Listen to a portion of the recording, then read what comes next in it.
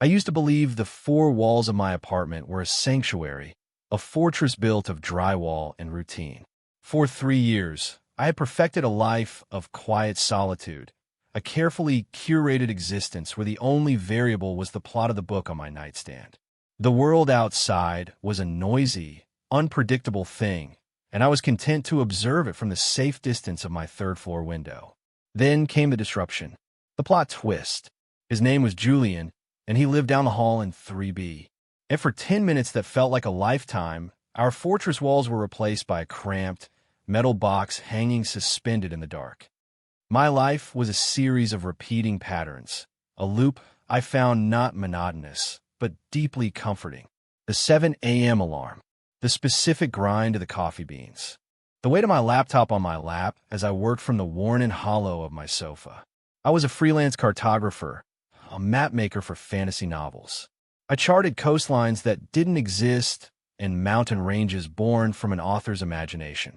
It was a fitting profession, I suppose, for someone who preferred the theoretical to the tangible. Julian was the opposite of theoretical.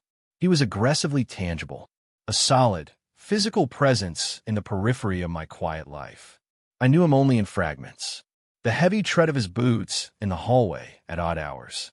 The low rumble of his voice through the wall when he took a phone call. The scent of rain and cold air that clung to his jacket when we'd pass in the lobby. He was a paramedic I'd gathered from a brief, awkward conversation with our building's superintendent. This fact added another layer to the mythology I'd constructed around him. He was a man who ran toward chaos, while I built my life around avoiding it. He was all sharp angles and broad shoulders, a stark silhouette against the soft, muted tones of my own existence. In my mind, he was arrogant. It was an assumption built on nothing more than the confident set of his jaw and the way he never seemed to break his stride. He'd offer a curt nod if our paths crossed, his eyes, a shade of gray I could never quite pin down, skimming past me as if I were just another piece of the building's architecture. I was invisible, and I told myself I preferred it that way. It was safer.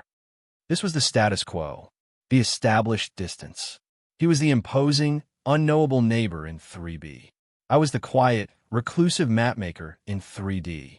The space between our doors was a chasm, a neutral territory governed by polite nods and averted gazes. We were two planets in the same solar system, held in separate, predictable orbits. Nothing suggested that would ever change. The disruption, when it came, was mundane. A Tuesday afternoon, a trip to the corner store for milk. I'd spent the morning wrestling with the treacherous peaks of the Dragon's Tooth Mountains for a new high fantasy series, and my brain felt like a wrung-out sponge. The real world called, not with a roar, but with the quiet reminder of an empty refrigerator.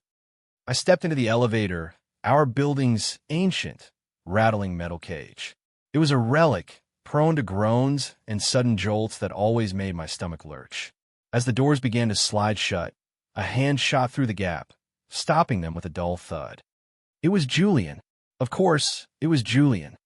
He stepped inside without a word, smelling of antiseptic and exhaustion. He pressed the button for the ground floor, the light already illuminated from my own press, and leaned against the back wall. The small space was suddenly charged, thick with his presence. I could feel the heat radiating from him, could count the seconds and the frantic pulse hammering at the base of my throat. We descended one floor in silence. The silence wasn't comfortable. It was a physical weight, pressing in on me, amplifying the hum of the elevator's motor and the soft scuff of his boots against the linoleum. I stared at the floor numbers as they lit up, willing them to go faster.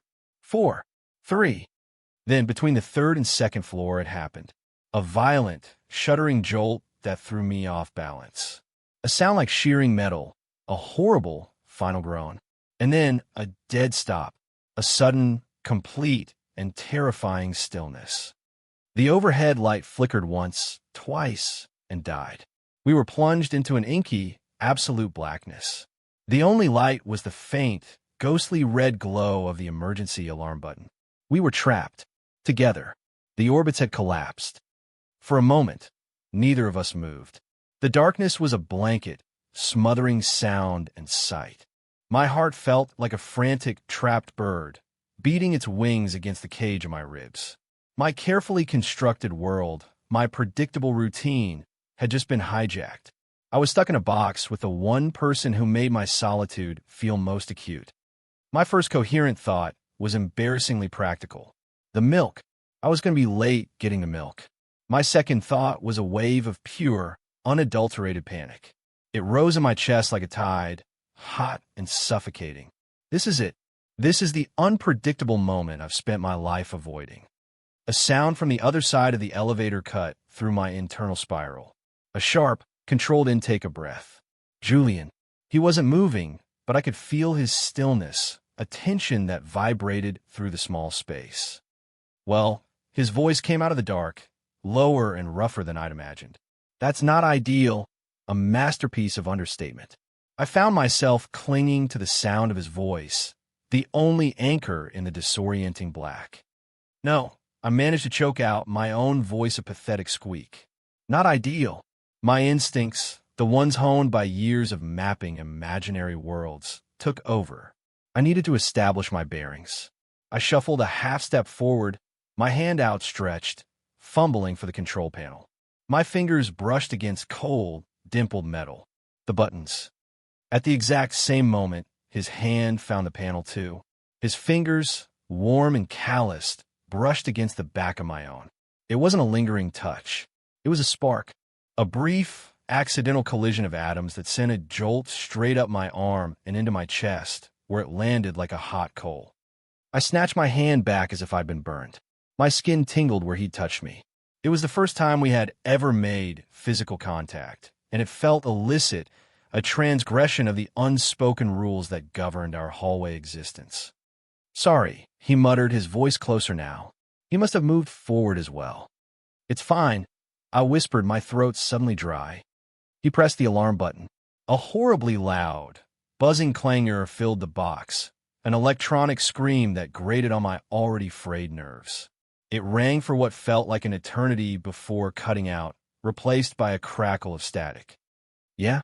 This is maintenance. A tinny voice squawked from a small speaker. You stuck at number 2? Yes, Julian said, his voice firm and steady, betraying none of the tension I could feel coiling in the air between us. Between the second and third floors, he sounded so capable, so in charge. The paramedic running toward the emergency. All right, hold tight, the voice crackled back. Old girl's been acting up all week. Gonna take me a bit to get the system reset. Maybe 20, 30 minutes. The speaker clicked off.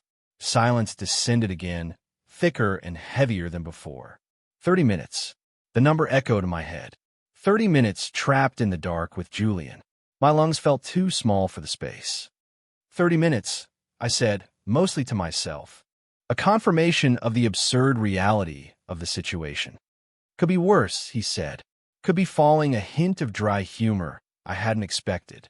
It was a small offering, a conversational bridge across the dark divide. I took it. I suppose that's one way to look at it. I replied, my voice gaining a sliver of strength. The emergency light, a small bulb near the ceiling, flickered on.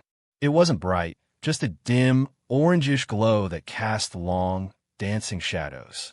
It pushed back the absolute black, but replaced it with a strange, intimate twilight. For the first time, I could see him. Really see him. He wasn't the imposing, arrogant figure from the hallway. Not in here. In the weak, amber light, he just looked tired. Deeply, profoundly tired. There were faint, dark circles under his eyes that I now saw were a stormy gray, shot through with flecks of a lighter silver. A small, white scar cut through his left eyebrow, a detail I'd never noticed from a distance. His dark hair was slightly disheveled, as if he'd been running his hands through it. He had loosened his collar, and I could see the strong column of his throat. His hands, which had felt so warm and rough against mine, were resting on the handrail. They were capable hands, scarred and calloused from work I couldn't imagine, but his knuckles were white. He was gripping the rail tightly. You okay? The question left my mouth before I could stop it. It was a ridiculous thing to ask. We were stuck in an elevator. Of course, he wasn't okay. Of course, I wasn't okay. He seemed surprised by the question. His gaze flickered from the door to my face. His confident facade seemed to crack, just for a second, revealing something else underneath. Something vulnerable. Yeah, he said, but the word lacked conviction. He let out a slow, measured breath. Just, not a fan of small spaces. That was the last thing I expected to hear. Julian, the paramedic, the man who faced down chaos, was claustrophobic. The power dynamic, the one that had existed solely in my head, where he was the strong, unflappable one, and I was the timid observer, suddenly tilted on its axis. In this specific situation, in this tiny, broken box, I was the one with the advantage. I live in small spaces. My entire life is a small space. We can talk if it helps, I offered, the words feeling foreign and clumsy on my tongue. To pass the time, he looked at me again, a longer, more searching look this time. He seemed to be reassessing me, seeing me for the first time as something other than the quiet neighbor from 3D. Okay, he said, his voice softer now. What do you do? In 3D? I'm a cartographer, I said. I make maps. For books. A ghost of a smile touched his lips. Maps, right? So you always know where you are. Only on paper, I admitted. In here, not so much. That earned me a genuine, fleeting smile. It changed his entire face, softening the hard lines around his mouth and eyes. The sight of it did something strange to my insides, a warm, liquid feeling that spread through my chest. I'm a paramedic, he said, though I already knew. So I usually know what to do in an emergency. Except, apparently, this one inch he gestured vaguely at our metal prison. There's not much to do besides wait, I said, trying to sound reassuring, trying to be the calm one. It was a role reversal, so profound it felt like I was acting in a play. He nodded, but his gaze kept darting to the thin crack of the elevator doors, as if he could will them to open through sheer force. His breathing was still even, but I could see the subtle, rapid pulse in his neck. He was holding himself together with sheer discipline. I needed to keep him talking, to keep his mind off the walls that were, I imagined, slowly closing in on him. Long shift, I asked, gesturing to his uniform. He scrubbed a hand over his face, and the weariness I'd seen earlier settled back over him like a shroud. The longest, he sighed. 24 hours. A bad one. Didn't get to save everyone today. The confession hung in the dim, quiet air between us. It was a crack in the armor, a raw, painful admission of vulnerability. He hadn't just revealed a fear of small spaces. He had shared a piece of his burden. The strong, silent man from the hallway was carrying a weight I couldn't comprehend. I'm sorry, I said, and I meant it. The words felt inadequate, but they were all I had. He just shook his head, not in dismissal, but in a kind of weary acceptance. It's the job. He looked away from me, focusing on his own reflection in the scuffed metal of the door. You get used to the feeling. Or you tell yourself you do. We fell silent again, but this time it was different. It wasn't the tense, awkward silence of before. It was a shared silence, filled with the unspoken weight of his confession. I was no longer just a guy from 3D. I was a witness. I had been allowed a glimpse behind the curtain, and everything I thought I knew about him had been wrong. He wasn't arrogant. He was armored. The dim light cast his profile in sharp relief. The straight line of his nose, the firm set of his jaw that I had once mistaken for arrogance, now looked like grim determination. I saw the exhaustion etched into the corners of his eyes, the tension in his shoulders that even in this moment of forced stillness, he couldn't seem to release. My heart ached for him. It was a strange, unfamiliar feeling, a sharp, poignant empathy for this man who, until 20 minutes ago, had been little more than a phantom in my life. The chasm between our doorways had shrunk to the few feet of linoleum separating us in this box. I see you sometimes, he said, his voice quiet, pulling me from my thoughts. He was still looking at the door, at our distorted reflections. In the lobby, reading, or coming in with groceries. My breath caught in my throat. I had been so certain of my own invisibility. The thought that he had noticed me, that I had registered as anything more than a fleeting shape in his peripheral vision, was staggering. It felt like the ground had shifted beneath my feet again. "You're always quiet," he continued, seeming to choose his words with care. "Figured you liked it that way." "I do," I said, my voice barely a whisper. Or I thought I did. He finally turned his head and looked at me. His gray eyes were clear and direct in the dim light, and I felt pinned by his gaze. There was no arrogance there, only a deep, searching weariness and something else. Something I couldn't name. A question, maybe. "This," he said, with a slight gesture to the elevator around us.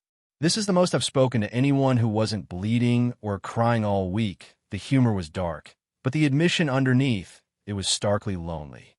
And in that moment, I understood. His fortress was different from mine, but it was a fortress all the same. Mine was built of drywall and routine. His was built of professional detachment and sheer exhaustion. We were both solitary, just in different ways. Two planets in separate orbits, both convinced we were alone in the universe. The air in the elevator grew thick, charged with everything that had been said and everything that hadn't. The space between us seemed to shrink, pulling us closer like a gravitational force. I could feel the warmth of his body, smell the faint, clean scent of soap beneath the hospital smell of his uniform. He took a half step toward me. The movement was deliberate, yet hesitant. The dim light caught the silver flecks in his eyes. He was watching my face, searching for something. A sign, permission, a warning. My own body was a live wire. Every nerve ending was firing, every sense heightened. The low hum of the emergency light, the cold air from the vent, the rough texture of the wall against my back. And him, the solid, undeniable presence of him, moving closer. I didn't move away. I couldn't. It felt like I had been waiting for this moment for 3 years, ever since I first saw him in the hallway, without ever knowing I was waiting. My carefully constructed world was crumbling, and all I could feel was a terrifying, exhilarating sense of relief. He stopped when there was barely a foot of space between us. He raised a hand, slowly, as if not to startle me, and gently brushed a stray strand of hair from my forehead. His fingers were warm against my skin, the calluses on his palm a rough, grounding texture. The touch was feather-light, yet it sent a tremor through my entire body. "Leo," he said. My name. He knew my name. I had seen it on my mailbox, of course, but hearing him say it, hearing it in his low, quiet voice in the intimacy of that broken elevator, made it sound new. It made me feel new. "Julian," I breathed, the name feeling solid and real on my tongue for the first time. He didn't say anything else. He didn't have to. His eyes said it all. The loneliness, the question, the hope. He leaned in, closing the final inches between us. His movements were slow, questioning, giving me every opportunity to pull away. I didn't. I met him halfway. His lips were soft, hesitant at first. It wasn't a kiss of frantic passion. It was a question asked in a language beyond words. It was tentative and gentle, a discovery. I could taste the faint salt of his skin, feel the soft bristle of his stubble against my chin. My hands came up to rest on his chest, feeling the solid muscle beneath his uniform, the steady, thudding beat of his heart. It was beating just as fast as mine. He deepened the kiss, a soft groan rumbling in his chest. His arm slid around my waist, pulling me flush against him. He was so solid, so warm. A safe harbor in the swaying, uncertain world. I wrapped my arms around his neck, losing myself in the feeling of him, the reality of him. For 3 years, he had been a concept, an idea, a collection of distant observations. But here, in the dark, he was real. His tired strength, his hidden vulnerability, the surprising softness of his mouth. All of it was real, and I was real with him. Not the anxious observer, but an active participant. Just as the world narrowed to nothing but the two of us, a deafening screech of metal broke the spell. The elevator lurched violently, dropping a few feet before catching itself with a groan. We sprang apart, our hearts pounding for an entirely different reason. The main lights flickered on, blindingly white and harsh after the soft, amber glow. They exposed everything. The flush on my cheeks, the dazed look in his eyes, the way my hands were still gripping the front of his shirt. The elevator began to move, its ascent smooth and steady this time. We stood on opposite sides of the car, the space between us once again a chasm, now filled with the echoing silence of what had just happened. I couldn't look at him. I stared at my shoes, my face burning with a mixture of exhilaration and acute embarrassment. What had I done? What had we done? The doors slid open on the ground floor with a cheerful ding. A maintenance man in greasy overalls stood there, looking triumphant. There we go. Told you I'd get her going. Julian didn't even look at the man. He mumbled something that might have been thanks and brushed past him, out into the lobby.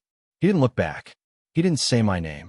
He just walked away, his broad shoulders stiff, and pushed through the front doors into the afternoon light, disappearing from view.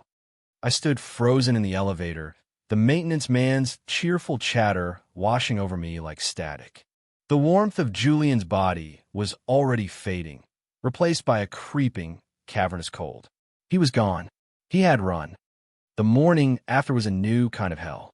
Or the afternoon after and the night after that. I didn't buy milk. I went back to my apartment and locked the door, the fortress walls feeling less like a sanctuary and more like a prison cell. The silence was no longer comforting. It was accusatory. It was filled with the ghost of his voice, the memory of his touch. I replayed every second of our time in the elevator. 1,000 times. It was a form of self-torture. The initial panic. The accidental brush of our hands. His confession of claustrophobia. The raw pain in his voice when he talked about his job. The way he said my name. The kiss. My mind, the mapmaker's mind that craved order and logic, tried to chart the sequence of events to find the point where it all went wrong. But every path led back to the same conclusion. I had misread everything. It was a mistake, a fluke, a stress response in a high-pressure situation. He was claustrophobic, exhausted, emotionally raw. I was a convenient distraction, a port in a temporary storm. And when the storm passed, he had abandoned ship. The self-recrimination was a bitter pill. I had allowed myself, for a few brief, insane moments, to feel something, to hope for something. I had stepped out of my carefully drawn map and into uncharted territory, and I had immediately gotten lost. The arrogance I had once projected onto him, I now turned inward. How could I have been so stupid, so naive? To think that a man like him, a man who lived in the real, messy, tangible world, could ever be interested in someone like me, someone who lived between the pages of a book. Sleep offered no escape. I dreamed of falling elevators and dim, amber lights. I woke up with my heart pounding, the phantom sensation of his lips on mine. The loneliness I had cultivated for 3 years had been a dull, chronic ache. This new loneliness was acute, a sharp, stabbing pain. It was the pain of absence. Before Julian, the space in my life was just space. Now, it was a Julian-shaped hole. The next day was worse. I forced myself to work, to focus on the jagged peaks of the Dragon's Tooth Mountains, but the lines blurred on the page. Every shadow looked like him. Every silence was filled with the memory of his voice. I felt raw, exposed like a nerve ending without a tooth. Around noon, I heard his footsteps in the hall. My entire body went rigid. I held my breath, listening. The sound of his key in the lock of 3B. He was home. A wave of something I couldn't name, dread, hope, a toxic combination of both, washed over me. I stayed perfectly still, my ear practically pressed against my own door, listening to the silence from his apartment. Later that afternoon, I had to take out the trash. It was an unavoidable chore. I opened my door with the caution of a bomb disposal expert, peering into the empty hallway. Coast clear. I practically sprinted to the garbage chute at the end of the hall, my heart hammering against my ribs. On the way back, his door opened. My blood turned to ice. He stepped out, dressed in civilian clothes, jeans and a plain gray t-shirt that stretched across his chest. Our eyes met for a fraction of a second. A flash of panic, or was it something else, crossed his face. I opened my mouth to say something. "Hello, are you okay? Did I dream all of that?" But no words came out. My throat closed up. He gave me a short, tight nod, the same curt, dismissive gesture from before, from a time before the elevator. Then he turned and walked quickly toward the stairs, taking them two at a time, his footsteps echoing in the sudden, vast silence of the hallway. He didn't even wait for the elevator. That was it, the final confirmation. The nod was a full stop, the end of a sentence I had foolishly hoped was just beginning. He had reset things. We were back to being strangers, planets in our separate orbits. No, it was worse than that. We were strangers who had shared a secret, and now the secret was a wall between us, higher and more impenetrable than any physical barrier. I stumbled back into my apartment, the door clicking shut behind me with a sound of finality. The fortress was secure again, and I had never felt more alone. The birds in my stomach were back, but they weren't frantic anymore. They were dead weights, pulling me down into a sea of quiet despair. I had been given a glimpse of a different map, a different world, and then had the door slammed in my face. It was better, I told myself, to never have seen it at all. It was better to stick to the maps I knew, the ones I could control. The next 24 hours were a blur of gray. I didn't work. I didn't read. I sat on my sofa and stared at the wall, the silence of my apartment roaring in my ears. The routine was broken, the comfort shattered. I had been exposed to a new element, and my entire ecosystem was thrown out of balance. I felt foolish and heartbroken, a lethal combination. I decided I had to get out, not just out of the apartment, but out of the building. I would go to a coffee shop, somewhere with noise and people, somewhere I could pretend to be a normal person who hadn't just had his heart quietly and efficiently crushed by his neighbor. I was putting on my shoes, my hands trembling slightly, when I heard it. A knock on my door. It wasn't a loud knock. It was soft, hesitant. 3 quick raps. My heart stopped. It couldn't be. It was probably Mrs. Gable from downstairs, asking to borrow sugar again. It had to be. I stood frozen, not breathing. Another knock, a little firmer this time. My feet moved of their own accord. I walked to the door like a man walking to the gallows. I looked through the peephole. My world tilted. It was Julian. He stood there in the hallway, looking as wrecked as I felt. His hair was a mess, and he was chewing on his lower lip, a nervous habit I'd never seen before. He wasn't wearing his armor of confidence. He just looked lost and scared. I took a deep breath and opened the door. He flinched slightly, as if he hadn't expected me to actually answer. We stood there for a long moment, the silence stretching between us, thick with unspoken apologies and accusations. "Hi," he said finally, his voice rough. "Hi," I replied, my own voice thin. "Can I?" He gestured vaguely toward my apartment. "Can we talk for a minute?" I should have said no. I should have protected myself, slammed the door in his face, and retreated back into my fortress. But I couldn't. One look at the desperate, exhausted plea in his gray eyes, and all my defenses crumbled. I stepped back and held the door open. He walked into my apartment, and it felt like a violation of some fundamental law of the universe. He was a creature of the outside world, of hallways and emergencies. He didn't belong in my quiet, ordered space. He seemed to fill the room, his presence too large, too real for my small living room. He stood awkwardly in the middle of the rug, looking around at my bookshelves, my drafting table, the half-finished map of the Dragon's Tooth Mountains. "I'm an idiot," he said, without turning to look at me. The words were quiet, but they landed with the force of a thunderclap. "I panicked," he continued, finally turning to face me. The vulnerability I'd seen in the elevator was back, tenfold, when the doors opened and the lights came on, and that guy was just there. It all became too real, too fast. So I ran. It's what I do. I just stared at him, my mind struggling to process his words. "My whole life," he said, running a hand through his hair, "is about control. At work, I have protocols, procedures. You assess, you stabilize, you transport. You keep a wall up because you have to. If you let the feeling in, you can't do the job. And I guess I got so used to building that wall at work, I started building it everywhere."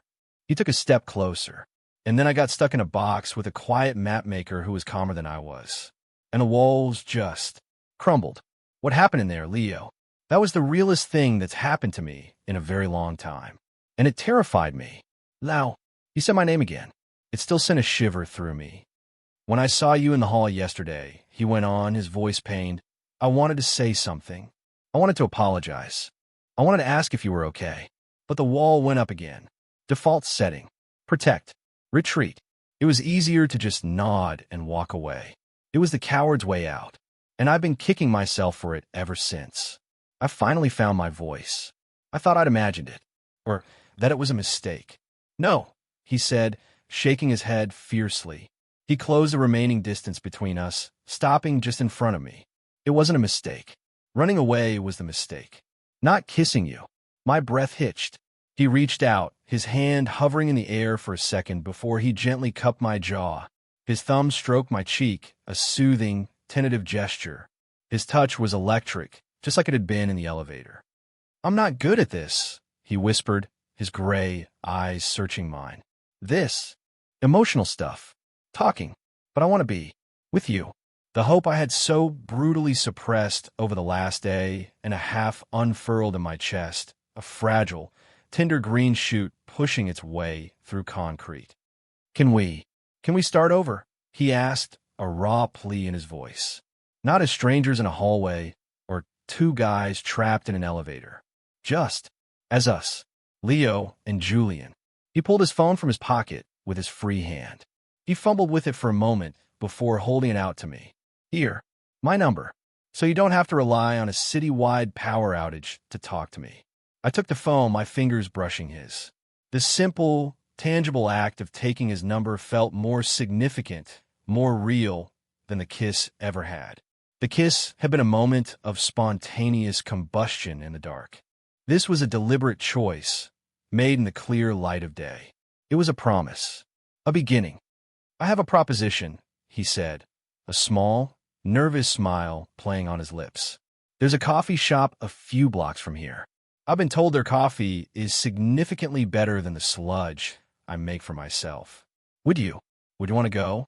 Now, with me? It was a symbolic gesture, but it meant everything. An invitation to step out of the fortress, out of the building, to be with him in the world, not as a secret, but as a possibility. Yes, I said, and the word was full of a relief so profound it almost buckled my knees. Yes, Julian, I like that very much. The coffee shop was bright and filled with the smell of roasted beans and warm pastry. We sat at a small table by the window, the late afternoon sun slanting across the floor. For the first time, I saw him in the full light of day, relaxed and smiling, and he was even more devastatingly handsome than I had imagined. We talked for hours. He told me about his childhood, about the grueling shifts and the small victories of his job. I told him about my love of fantasy, about the quiet satisfaction of creating a world with ink and paper. We discovered a shared, dry sense of humor and a mutual love for old, black and white movies. The conversation was easy, natural. The man I had once thought of as an arrogant stranger was funny and kind and surprisingly vulnerable. A week later, we were in my apartment again. This time, it didn't feel like a violation. It felt right. He was sitting on my sofa, the same sofa where I had spent years cultivating my solitude, and he was laughing at something I'd said. The sound filled the space, chasing away the ghosts of loneliness. The next morning, I woke up to the smell of coffee. Not my coffee. A richer, darker roast. I walked into my kitchen to find Julian standing at my counter, wearing a pair of my sweatpants that were far too short on him, pouring hot water into my French press. He turned and smiled at me, a slow, sleepy smile that made my heart do a ridiculous little flip. Morning, he said, his voice thick with sleep. I figured you were the French press type. He handed me a mug. Our fingers brushed. The spark was still there, but now it was a familiar, comforting warmth, not a shocking jolt. We stood there in the morning sunlight, streaming through my kitchen window, sipping our coffee in a comfortable, easy silence. The silence was no longer a weight. It was a shared space, a new kind of quiet, a new kind of home. My life used to be a map I had drawn myself, with clear borders and familiar landmarks. It was safe, predictable and colorless. Julian was the earthquake, the volcanic eruption, the cataclysmic event that tore my careful map to shreds. He was the disruption that forced me into uncharted territory. Looking at him now, standing in my sun-drenched kitchen, his gray eyes soft and full of affection, I knew I could never go back to my old map. This new world, this terrifying and beautiful and unpredictable landscape we were charting together, was infinitely better. He wasn't a disruption in my life. He was the beginning of it. He was the missing continent I never knew I was searching for. And our journey, I knew with a certainty that settled deep in my bones, was just getting started.